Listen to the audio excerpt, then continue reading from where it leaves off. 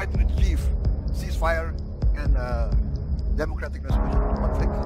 And we have given our example in Indonesia.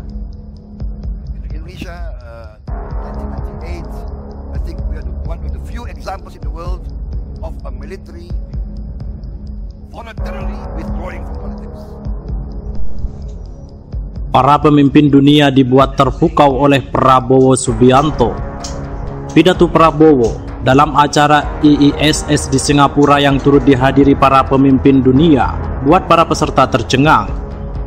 Secara tegas dan berani, Prabowo beri usulan perdamaian atas konflik yang sedang terjadi di beberapa negara besar saat ini.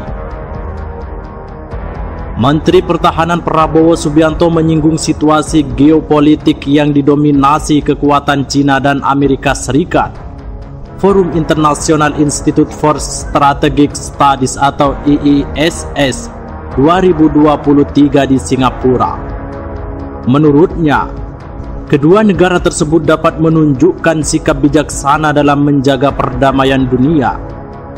Saya berpendapat bahwa dua pemimpin kekuatan di persaingan besar ini adalah pemimpin yang bijaksana, kata Prabowo. Prabowo meyakini AS dan China menyadari adanya tanggung jawab yang harus dipikul sebagai negara besar.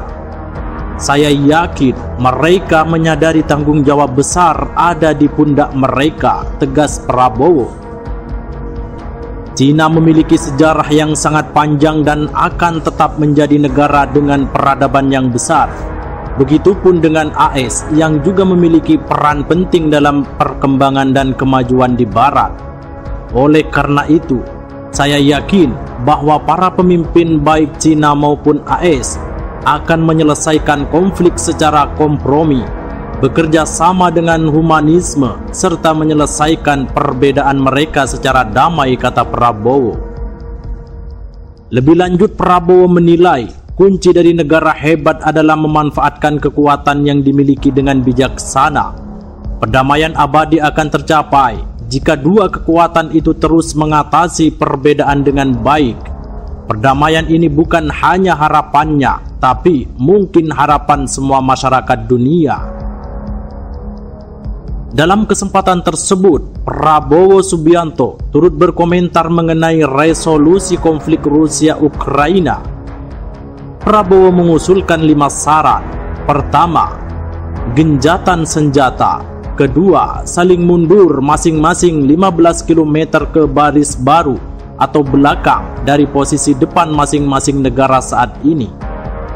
Saran ketiga, membentuk pasukan pemantau dan menyarankan PBB diterjunkan di sepanjang zona demilitarisasi baru kedua negara itu.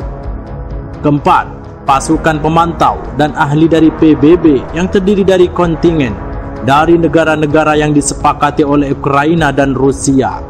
Sedangkan yang kelima, PBB harus mengorganisir dan melaksanakan referendum di wilayah sengketa untuk memastikan secara objektif keinginan mayoritas penduduk dari berbagai wilayah sengketa.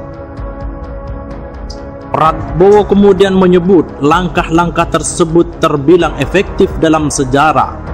Sebagai contoh yang pernah terjadi di Korea, meskipun saya sepakat bahwa resolusi masih harus dicapai di Korea, ucap Prabowo. Namun, yang mendesak adalah penghentian permusuhan segera untuk melindungi penduduk sipil tak berdosa di wilayah konflik, tegas Prabowo Subianto.